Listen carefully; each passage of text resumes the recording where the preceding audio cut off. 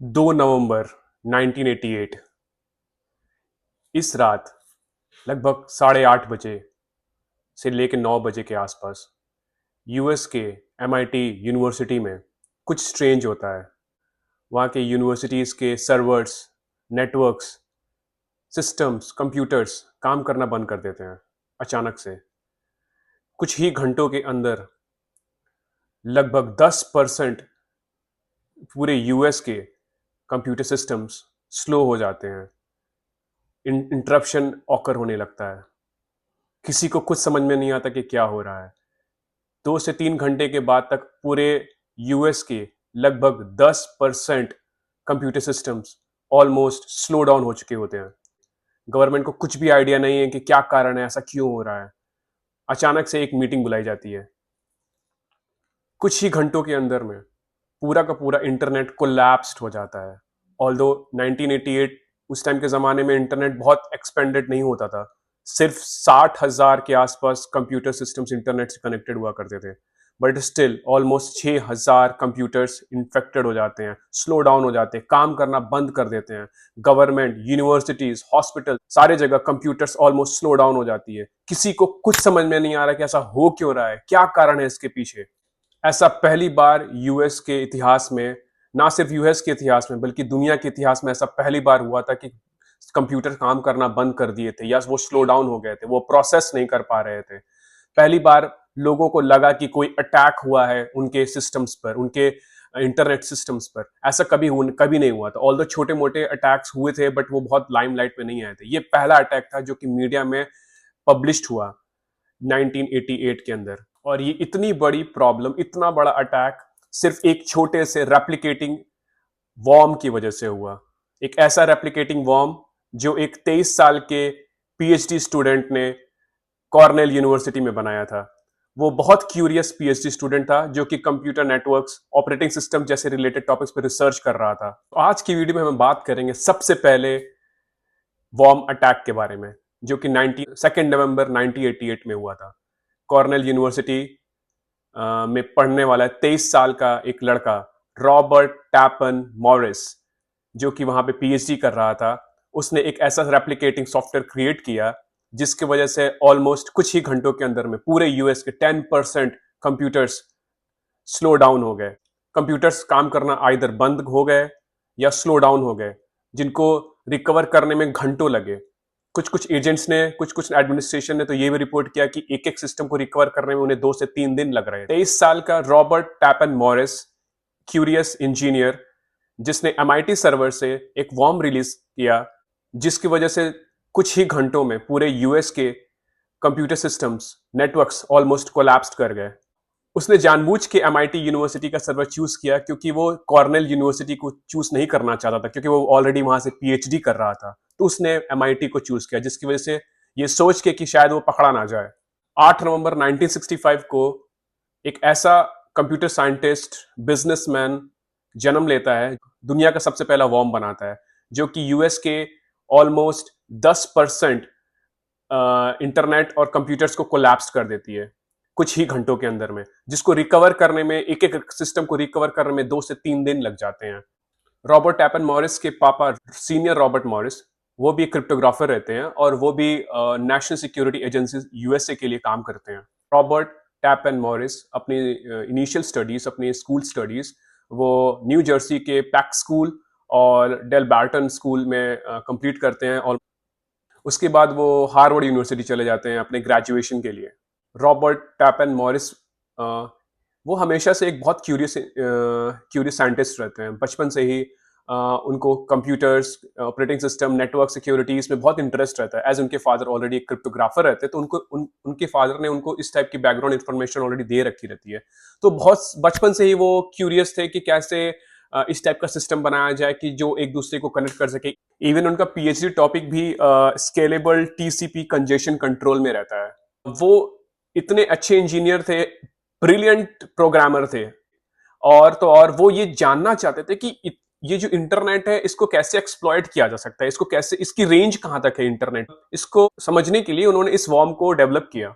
उनका उनका कोई पर्पस नहीं था कि वो डैमेज करे या हैक करे या फिर इस टाइप का कुछ नेगेटिव एस्पेक्ट नहीं था उनके लिए, वो बस एक्सप्लोर करना चाहते थे। ये जो आप अपने स्क्रीन पे फ्लॉपी डिस्क देख रहे हो, ये इस फ्लॉपी डिस्क के अंदर वो ओरिजिनल सोर्स कोड है मॉरिस वॉर्म के, जो कि आज भी कंप्यूटर हिस्ट्री म्यूजियम, जो कि माउंटेन व्यू कैलिफोर्निया में है, वहां पे अभी भी रखी हुई है। आपको ये जान के हैरानी होगी कि जिस एमआईटी सर्वर से उन्होंने ये वॉर्म रिलीज किया, उसी एमआईटी यूनिवर्सिटी में वो असिस्टेंट प्रोफेसर चुने गए 1999 में, जब उनका कन्विक्शन कंप्लीट हुआ तो। और उसके बाद 2006 में वो परमानेंट हो गए और आज भी वो एमआईटी में प्रोफेसर है, सीनियर प्रोफेसर है वहां पे। और तो और वो दुनिया के सबसे बड़े कंप्यूटर साइंटिस्ट में से एक है। उनको he was elected as ACM fellow in 2014 and he was awarded by Mark Weiser Award in 2010. So he is a very renowned researcher and professor in computer science nowadays. Even you can search. चलिए अब थोड़ा technically समझते हैं कि उनका जो warm था, Morris warm, वो एक्चुअली काम कैसा करता था, क्या कैसे वो एक्सप्लॉइट करता था चीजों को। Let's explore this one by one. इस मॉरिस वॉर्म की एनाटॉमी को समझने के लिए मैंने एक छोटा सा डायग्राम बनाया है, आप अपने स्क्रीन पे देखो। इस मॉरिस वॉर्म के 4 अटैक कंपोनेंट थे। अटैक कंपोनेंट समझ लो कि ये एक तरह का एंट्री मैकेनिज्म है, कैसे वॉर्म एक सिस्टम से दूसरे सिस्टम में एंटर कर रहा था। और इसके 2 एग्जीक्यूशन आर्किटेक्चर थे। एग्जीक्यूशन आर्किटेक्चर मींस एक बार वो वॉर्म एंटर कर जाता है, उसके बाद वो कैसे एग्जीक्यूट करता है। पहले इन 4 मैकेनिज्म को हाई लेवल पे समझते हैं, उसके बाद फिर एक एक मैकेनिज्म को, एक एक एंट्री मैकेनिज्म को डिटेल्ड में हम समझेंगे। सो जो 4 एंट्री मैकेनिज्म थे इस मॉरिस वॉर्म में, वो पहला था सेंड मेल। वो मेल सेंड करके इनिशियल कनेक्शन स्टैब्लिश करता था, उसके बाद फिर वॉर्म रेप्लिकेट होता था। दूसरा था पासवर्ड क्रैकिंग, वो लोगों के इजी पासवर्ड को क्रैक करता था, डिक्शनरी अटैक। तीसरा है बफर ओवरफ्लो। इसमें क्या होता है, जो वॉर्म है वो इतनी ज्यादा मेमोरी रिक्वेस्ट करता है जिसकी वजह से जो सिस्टम का कंट्रोल है वो वॉर्म के पास चला जाता है, मेमोरी ओवरराइट की वजह से। चौथा है नेटवर्क प्रोपगेशन, कैसे एक वॉर्म एक नेटवर्क से दूसरे नेटवर्क में रेप्लिकेट हो रहा है, एक सिस्टम से दूसरे सिस्टम में रेप्लिकेट हो रहा है बिना परमिशन के। सो ये 4 एंट्री मैकेनिज्म थे इस वॉर्म के, इस मॉरिस वॉर्म के। जैसा मैंने कहा, एंट्री मैकेनिज्म के अलावा भी एक एग्जीक्यूशन आर्किटेक्चर भी था। तो ये जो एग्जीक्यूशन आर्किटेक्चर था, इसके अंदर भी दो कंपोनेंट थे। एक जो लोडर था, जिसके अंदर शेल कोड हुआ करता था, जो कॉपी करता था, एक तरह का बूटस्ट्रैप। उसके बाद दूसरा जो मेन एक्चुअल पेलोड होता था। तो चलिए अब समझते हैं कैसे ये वॉर्म एंट्री करता था। उन 4 एंट्री मैकेनिज्म को डिटेल्ड में समझते हैं। सबसे पहला ईमेल एक्सप्लॉइट। उस जमाने में मोस्टली यूनिक सिस्टम्स ही होते थे, तो उस यूनिक सिस्टम्स में एक लूप होल होता था। लूप होल ये था कि अगर आप सिस्टम की डीबग मोड को ऑन कर दो तो आपको आप इंटरनेट कनेक्शन स्टैब्लिश कर सकते हो। तो मॉरिस वॉर्म ने यही किया। मॉरिस वॉर्म का एंट्री मैकेनिज्म यही था, वो रिमोटली डीबग मोड को ऑन करता है। डीबग मोड ऑन करने के बाद वो टीसीपी के 25 पोर्ट नंबर को एक्सेस करता है, कनेक्शन स्टैब्लिश करता है, शेल कमांड को इंजेक्ट करता है। उसके बाद शेल कमांड के इंजेक्ट होने के बाद वो सारी की सारी फाइल ऑटोमेटिकली सिस्टम में डाउनलोड हो जाती है।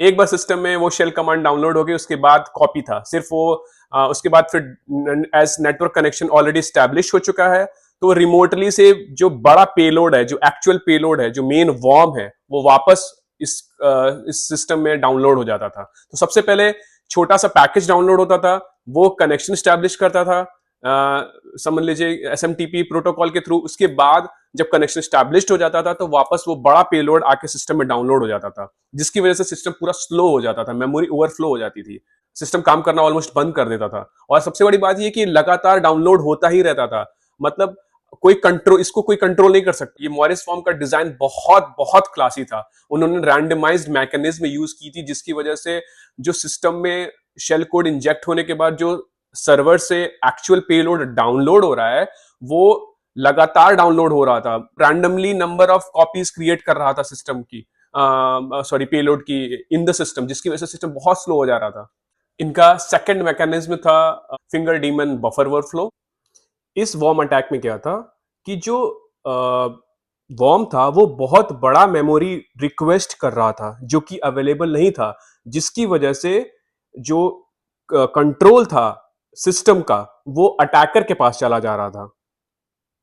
और जब भी कोई प्रोग्राम बहुत ज़्यादा मेमोरी एक्सेस करने का रिक्वेस्ट करता है, उस केस में क्या होता है, जो रिटर्न एड्रेस होता है, वो ओवरराइट हो जाती है, जिसकी वजह से जो सिस्टम का कंट्रोल है, वो कंट्रोल वर्म के पास चला जाएगा, वर्म शेल कोड इंजेक्ट कर देगा।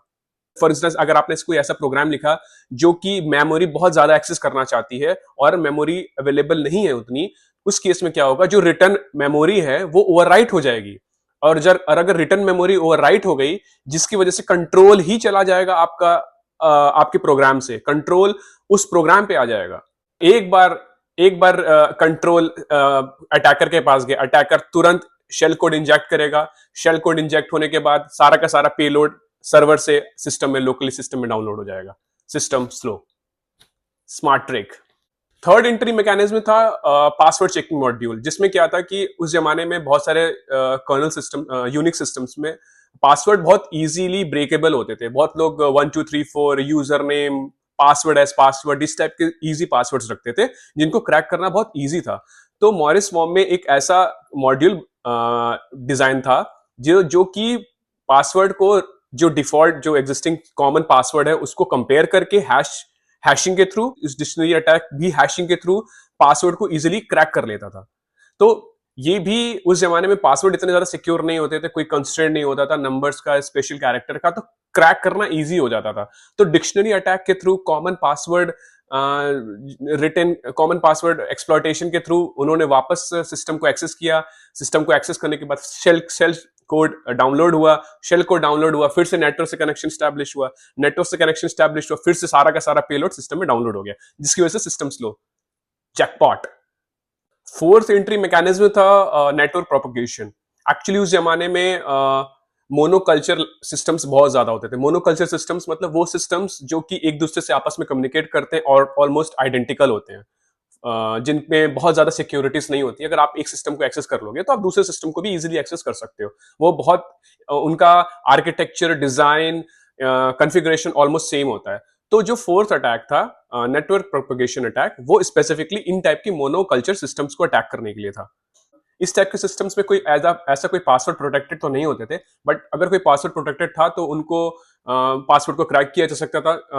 जैसा मैंने आर्किटेक्चर 3 एंट्री पॉइंट 3 में बताया, डिक्शनरी अटैक के थ्रू। बट यूजुअली एक सिस्टम एक्सेस हो गया तो फिर वो उस सिस्टम में कॉपी कर लेता था शेल कोड, उसके बाद डाउनलोड करता था पेलोड।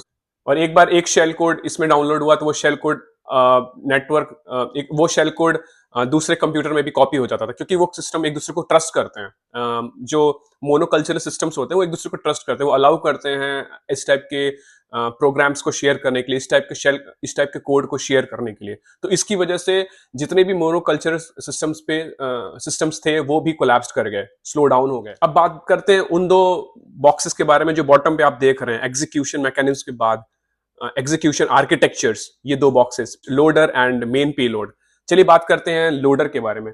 लोडर एक्चुअली क्या था, एक तरह का आप स्क्रिप्ट समझो जिसमें कि छोटा सा शेल कोड था जो कि लोकली कंपाइल होता था पहले, और उसके बाद फिर वो बड़ा सा वॉर्म डाउनलोड करता था, कनेक्शन स्टैब्लिश करता था। सबसे पहले क्या करता था, ये छोटी सी मेमोरी फाइल क्रिएट करता था, उसके बाद वो टीसीपी सॉकेट के थ्रू कनेक्शन स्टैब्लिश करता था।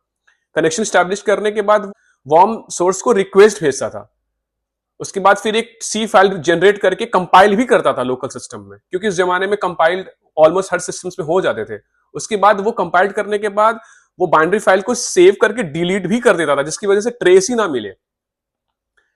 इस टाइप का मैकेनिज्म, जिससे कि आपको मतलब बाइनरी फाइल कंपाइल्ड हुई, शेयर्ड हुई, फिर डिलीट भी कर दी। पर ये बाइनरी फाइल जब शेयर्ड होती थी उसके बाद ये एक तरह से इंस्ट्रक्शन मिल जाता था कि अब पेलोड को आप यहाँ पे भेज सकते हो, मतलब पेलोड यहाँ पे अब डाउनलोड हो सकता है, उस कनेक्शन जो स्टैब्लिश हो चुकी है। और जो ये मेन पेलोड था, इसके अंदर भी ये भी आसान नहीं था, इसके अंदर भी मल्टीपल कंपोनेंट्स थे। इसके अंदर टोटल 3 कंपोनेंट्स थे। पहला स्कैनर मॉड्यूल, दूसरा एक्सप्लॉइट मॉड्यूल, तीसरा रेप्लिकेशन लॉजिक।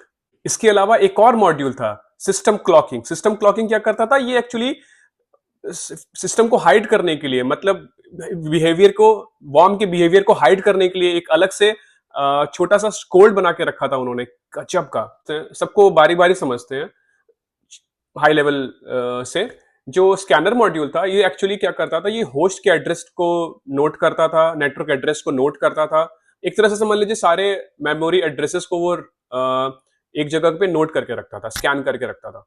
दूसरा जो था एक्सप्लॉइट मैकेनिज्म, एक्सप्लॉइट मॉड्यूल्स, ये क्या करता था, ये जो सिंपल जो मैंने एंट्री मैकेनिज्म बताई थी ना, सेंड मेल, एक्सप्लॉइटेशन और फिंगर ओवरफ्लो और पासवर्ड क्रैकर, इनके मॉड्यूल्स को इनके जो कोड्स थे, इनके जो इम्प्लीमेंटेड कोड्स थे वो यहाँ पे सेव करके रखे हुए थे। तीसरा जो रेप्लिकेशन लॉजिक जो मैंने बताया, इसमें क्या था कि ये वर्म ये चेक करता था कि ऑलरेडी सिस्टम इन्फेक्टेड है या नहीं है। अगर इन्फेक्टेड है तो ठीक है, स्किप कर जाओ। अगर इन्फेक्टेड नहीं है तो वो रेप्लिकेट करो, मतलब दोबारा से कॉपी को कोड करो, दोबारा से वर्म के जो मेन पेलोड है उसको कॉपी करो। इसकी वजह से एक और प्रॉब्लम हो गई, जो इतने ज्यादा सिस्टम एक्सप्लॉइट हुए, इतने ज्यादा सिस्टम स्लो डाउन हुए, उसमें सबसे बड़ा रीजन रेप्लिकेशन लॉजिक का भी था। एक्चुअली क्या है, ऐसा ऐसा कहा जाता, इवन मॉरिस का भी कहना था कि बहुत सारे एडमिनिस्ट्रेटर जब वॉर्म को डिलीट कर रहे थे तो उन्होंने बहुत सारे सिस्टम्स को फॉल्स पॉजिटिव रिपोर्ट किया था। फॉल्स पॉजिटिव की वजह से क्या हुआ कि सिस्टम को लगा कि यहाँ पे पेलोड नहीं है, वो पेलोड दोबारा से कॉपी हो गया। और ऐसा कई बार हुआ, मतलब अगर एक बार आप बताओगे कि यहाँ सिस्टम फॉल्स पॉजिटिव, मतलब कि आप बताओ कि टारगेट सिस्टम में वॉर्म नहीं है, अगर वॉर्म नहीं है तो ये रेप्लिकेशन लॉजिक क्या करेगा, वापस कॉपी करेगा। और ऐसा कई बार हुआ, एक बार फॉल्स पॉजिटिव की बताने की वजह से एक बार कॉपी हुआ, दोबारा बजाने की वजह से दोबारा कॉपी हुआ, तो कई बार कॉपी हो गए, जिसकी वजह से सिस्टम बहुत ज्यादा स्लो हो गया। मैंने आपको बताया सिस्टम क्लॉकिंग एक्चुअली ये एक्चुअली जो बिहेवियर होता है वॉर्म का, मतलब लगे ना कि ये एक्चुअली एक वॉर्म है, एक एक एक थ्रेट है सिस्टम के लिए, इसकी बिहेवियर को हाइड करने के लिए एक तरह समझ लीजिए एक तरह का लेयर बना के रखा था इन्होंने। तो आप समझो 4 एंट्री मैकेनिज्म, 2 एग्जीक्यूशन आर्किटेक्चर।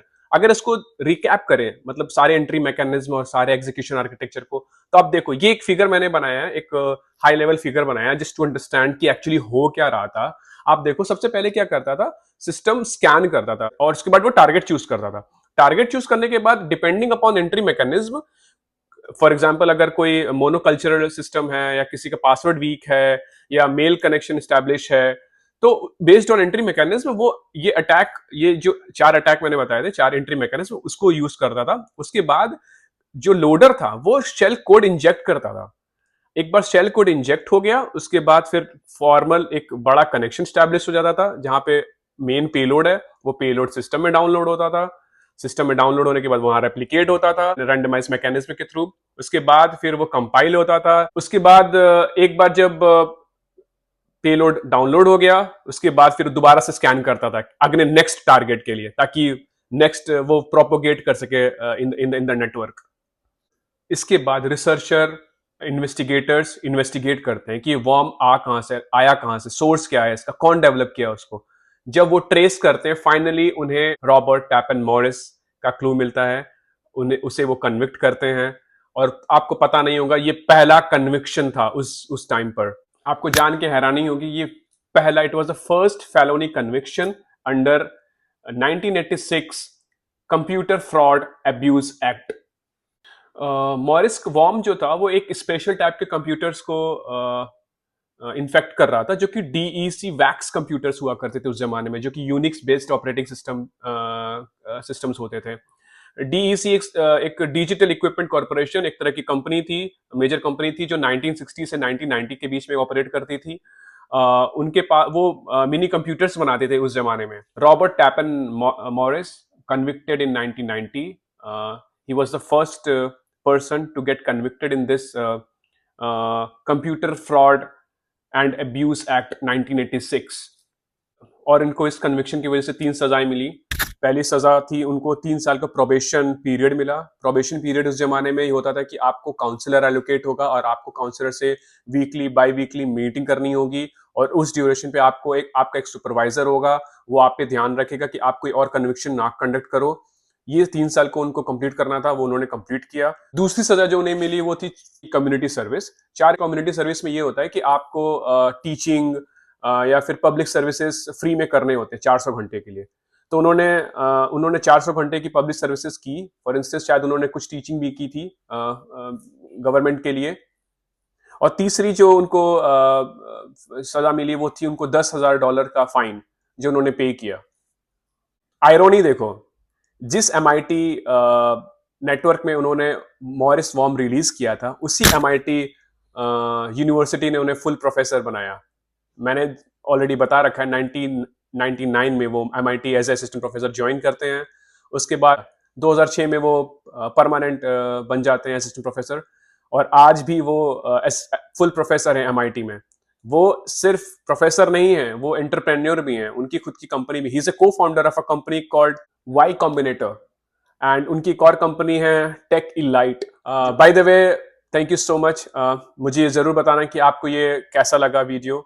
आप क्या सोचते हो उस टाइप की सिचुएशन के बारे में, अगर कोई इंजीनियर क्यूरियस है, उसने कुछ ऐसा डेवलप किया जो कि आगे चल के एक्सप्लॉइट हो गई। आप मुझे जरूर अपना ओपिनियन कमेंट सेक्शन में डालना, और मुझे ये भी बताना कि आप और किस टाइप की वीडियो देखना चाहते हो मेरे यूट्यूब चैनल पे।